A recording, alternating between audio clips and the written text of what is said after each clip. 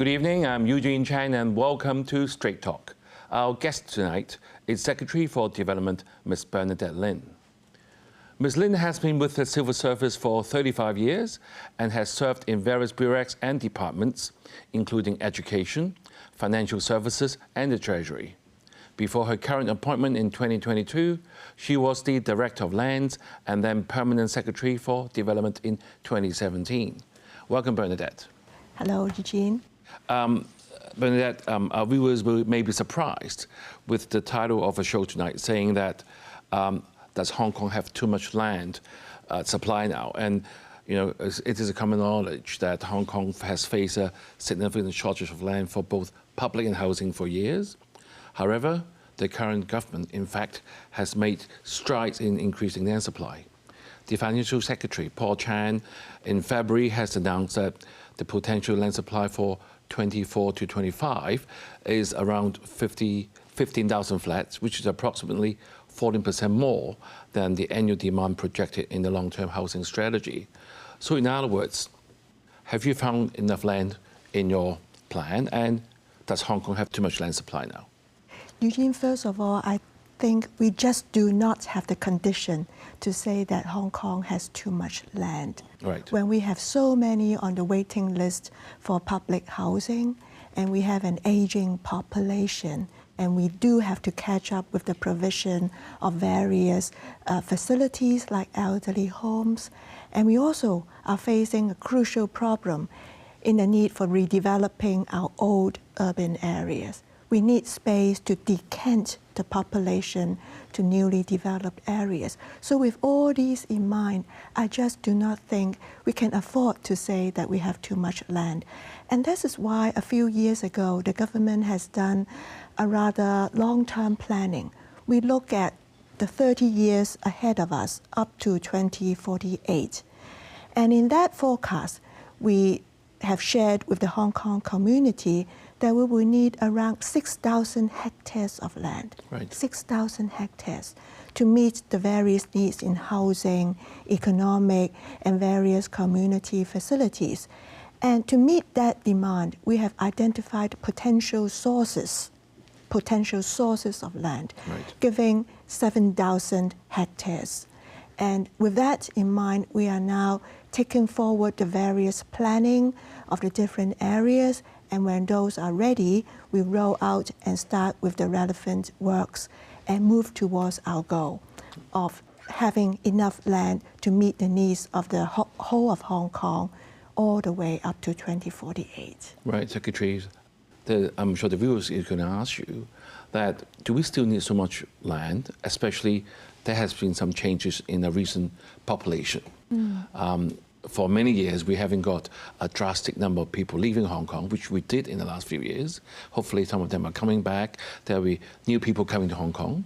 However, we have a low birth rate. And more importantly, there are a lot of uncertainties at the moment because of the geopolitics and everything. So with that in mind, and also with the current economic downturn, will you need to adjust your goal and approach to land creation and even housing construction? I don't think so, because when we do land development planning, we just do not look at population figures fluctuation over 1 or 2 years. We have to look at population forecasts over a longer time frame. Why? Because when we try to get the land ready, we start with planning and then do the works and have the land ready. That will take years. It won't happen in a matter of months. So we have to look at population forecasts down the road, and the figures will speak for themselves.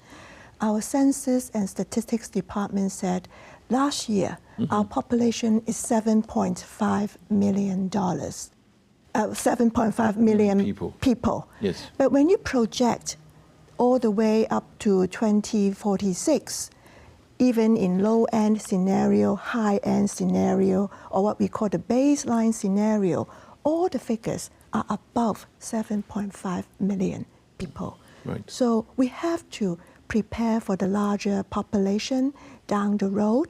And as I have mentioned just now, population increase is just one thing. We also have to look at improvement to the livelihood of the existing population and also the redevelopment needs. Very, very fair comment you have made. However, in the past decade, where I had the privilege to be with the town planning board for a little while, I realized that the land creation and all the process takes a lot longer than current government.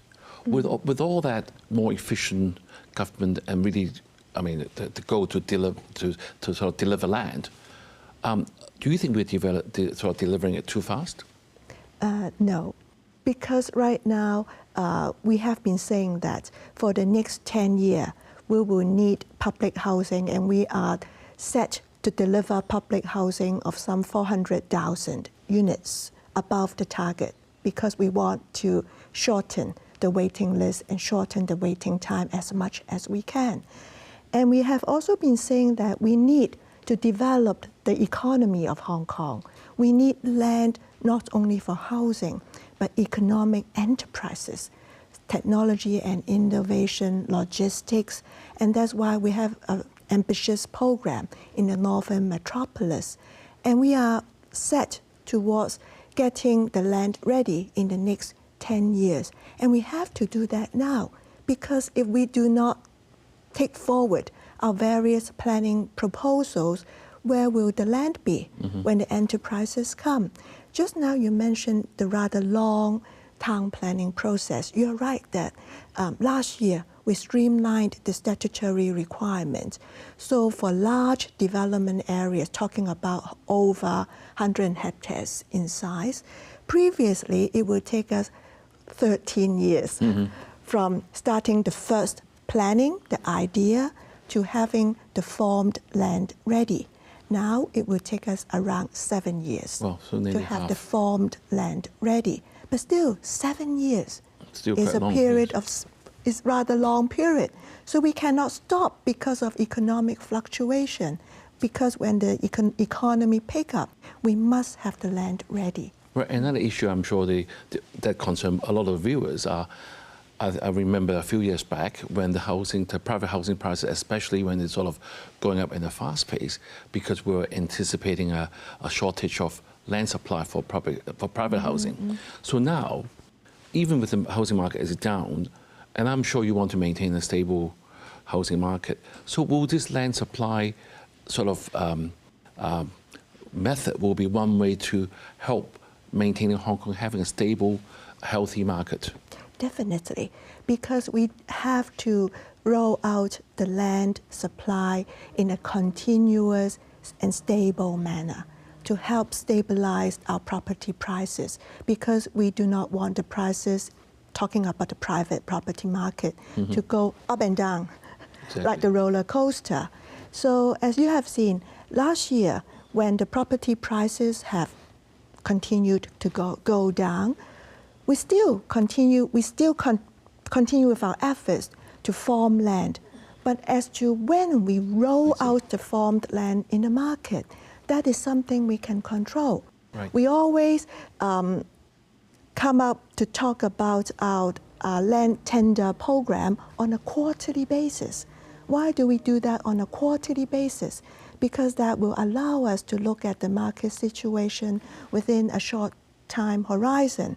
So I have always been saying that doing the land development projects, having the infrastructure ready, is a different concept from when we actually roll out the land. Right. So, to Secretary, the you market. have reassured the viewers that the government policy to maintaining a healthy housing market will be able to be backed up by this land bank that you have. Right. Since you mentioned about development further land, we often hear about the Land Title Tomorrow Vision project, which is quite a large project. Do we still need to continue in that direction? Because as the Financial Secretary said, at the moment, we have identified enough private flats. And also recently, I think the government also announced that we have 100,000 more public flats can be available in the next 10 years. So do we still have to move along that project? This is what we call the Gao Yi Zhao artificial islands, talking about reclaiming around 1,000 hectares of land of this tiny Gaoyizhou Yes, island yes. now existing. We have been saying that we are determined to take this project forward. In his last budget, the latest budget speech for this year, the financial secretary, what he said was that we will sort of slightly defer the program a bit to allow us more time to plan ahead with the financing and also focus on Northern Metropolis at the moment. But Gaoyizhou reclamation is a project that we are determined to take forward. Why? Actually, it's not only because we are talking about 1,000 hectares of land, not just about the quantum, but its position. Because its geographical position will enable us to build very strategic rail link and road link, linking up Hong Kong Island, pass through this Gaoyizhou, Lantau, and then all the way connecting to the Northern Metropolis and also to the Zhuhai area, the airport, the Hong Kong airport, and then all the way the Hong Kong-Zhuhai-Macau Bridge. So it is an important position allowing us to provide the strategic transport links linking up with the Greater Bay Area cities in various directions. Right, Secretary, let's take a break now. And viewers, stay tuned. We will be right back.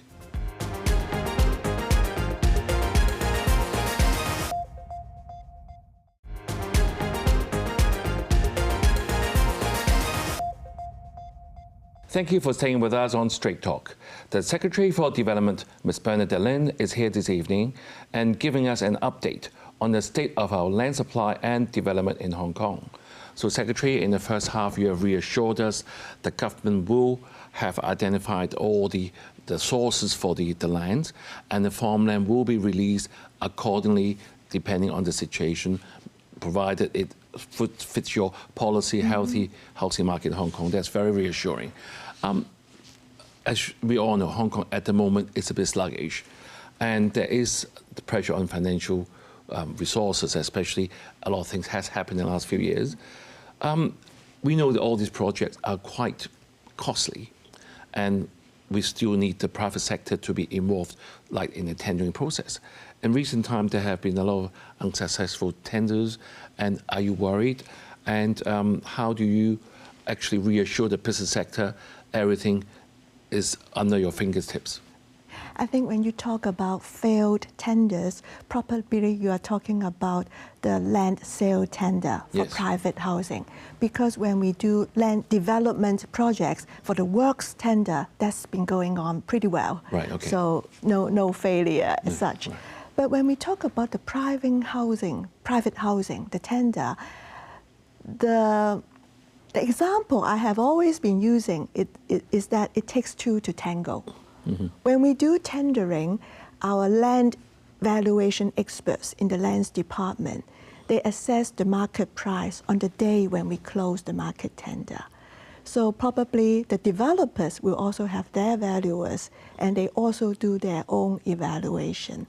When the two do not talk, or the figures do not match, then the tender failed. But when we start the tender again, some months later, based on past experience, we got it.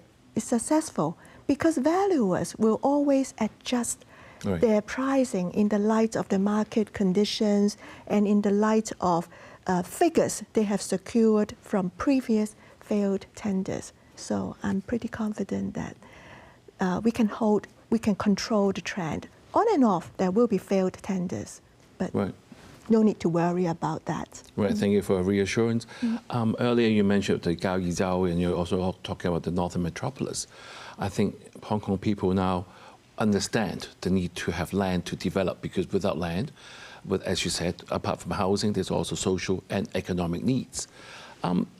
This Northern Metropolis seems to come in a time when Hong Kong hasn't got enough land. Now we have it. So where are we in that project? And seems like it's going to be quite a long-term thing for Hong Kong people. Anything that's happening this year, and when will be the earliest time of actually seeing deliverables to the people? Actually, when we talk about the development of Northern Metropolis, we are talking about the development of some 3,000 hectares Right. of newly developed land in our two districts, the northern districts and the Yuen Long districts. Actually, works have already started a few years ago. So when you go to the North District and Yuen Long nowadays, you will see a lot of the tower cranes Right. around the areas, lots of construction sites. This year, we already have some quick wins, like what we called a conservation park in the Long Valley ready, and we will have our first dedicated rehousing estate for those affected by our development clearance. We will have that estate ready by the end of the year. And recently, we have been very encouraged because we are progressively going to our Legislative Council to seek funding to start site formation and infrastructure works for the next stages of our new town development. And we are pretty smooth in the process. So we are pretty confident that we will be able to deliver our pledge of having, just now we said, we are talking about 3,000 hectares of new land in the northern metropolis. We are quite confident that we will be able to deliver some 40% of that in the next 10 years or so. Right, when you're saying that achieving 40%, meaning, quite considerable amount of land will be newly farmed land, as you mentioned. So this is quite a large-scale and costly project, and I'm sure the government, as in the past, would like to involve the private sector. How would you involve private sector in an efficient way, especially now when there is some uncertainties? When you mentioned publicly the idea of a large-scale land development. So how is that all going to work, and how will the viewers understand what the government is trying to do? Now, this, what we call large-scale development, is indeed something we are exploring.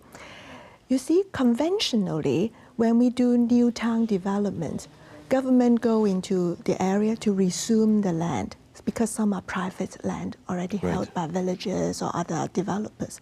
We resume the land, we do the clearance, and then we apply for funding to do site formation and then build the infrastructure. All these will cost money from the public coffers. We do the payment upfront. In the idea you mentioned just now, what we are trying to explore is if we can identify a relatively large area in the new town development. Within that large area, there are financially profitable elements like private housing, privately owned commercial towers. These are commercially profitable. And we also build into that area government facilities, roads. Those are not profitable to the developer. But we sort of tender out this whole stretch. Whoever comes in, they will offer a premium. But of course, when they offer that premium, they will take into account the extra cost that they have to bear in helping the government deliver the roads, deliver the community facilities, those non-profitable elements. So basically as a partner. Yes. So in that case, the government do not have to pay upfront. On the contrary, we receive premium upfront, albeit a smaller premium, because some discounts or adjustments have been made by whoever is bidding to take account of the extra costs. Right, certainly this is a new initiative, and hopefully it's going to work out because it's going to help both sides, isn't it? We hope it will work out, yeah. I must bring up an area that I'm sure the viewers have been reading in newspapers in the last few years back, that we always have this called the environmental impact assessment. And recently at the Suntin Technopole, there has been some controversies that some environmentalists saying that the filling of fish ponds for the I&T land is not the right thing to do. I'm sure they have their views. So how is government going to address the concern? Hopefully the current government, although it's executive-led, you'll still be very fair and let them know the reason behind. So how do you find a balance between development and actually conservation, which I'm sure the Hong Kong people will treasure very much? Now, first of all, when we talk about the Suntin Technopole, the entire Technopole comprises around 600 hectares of land, and about half, so 300 hectares, is for innovation and technology. Actually, only about 90 hectares or so will be done by filling of fish ponds. But we have been saying that those are not active fish ponds anyway. They are rather wasted or idle fish ponds. So it is not that we are going to wipe out fish ponds and sacrifice fish ponds to do the Suntin Technopole. We are only affecting certain fish ponds which are not active fish ponds in the first place. But we are not going to ignore the fact that those are fish ponds anyway. So we have to do well in the conservation part. And that's why throughout the what we call the environmental impact assessment process, that's a very serious process. And it has been recently approved by the Director of Environmental Protection. And when he gives the approval, he sets conditions for us. Though we are in the same government, so he still sets conditions for us that we have to comply with. For example, how we are going to revitalize some of the idle fish ponds. And also how we are going to do what we call the Sanbo Xu Wetland Conservation Park, which is next to the Suntin Technopole, and do some active conservation in the area to help enhance actually its conservation value. One quick question before we want to move on is that you mentioned that we want to have a partnership between the private and the public, but then we see some land exchange application for Gudong North and Fanning North failed to be concluded before the deadline. Do you see this any sign of no support from the private sector? I won't look at it that way, because when we look at land exchange in the northern metropolis, what the government is actually saying is that the northern metropolis development is something led by the government. So we have to take the lead. But if you happen to be holding the land, which in future will be developed into private housing or private commercial enterprises, then we give you as lot owners the chance to partake in the development, failing which we will resume your land and take the lead.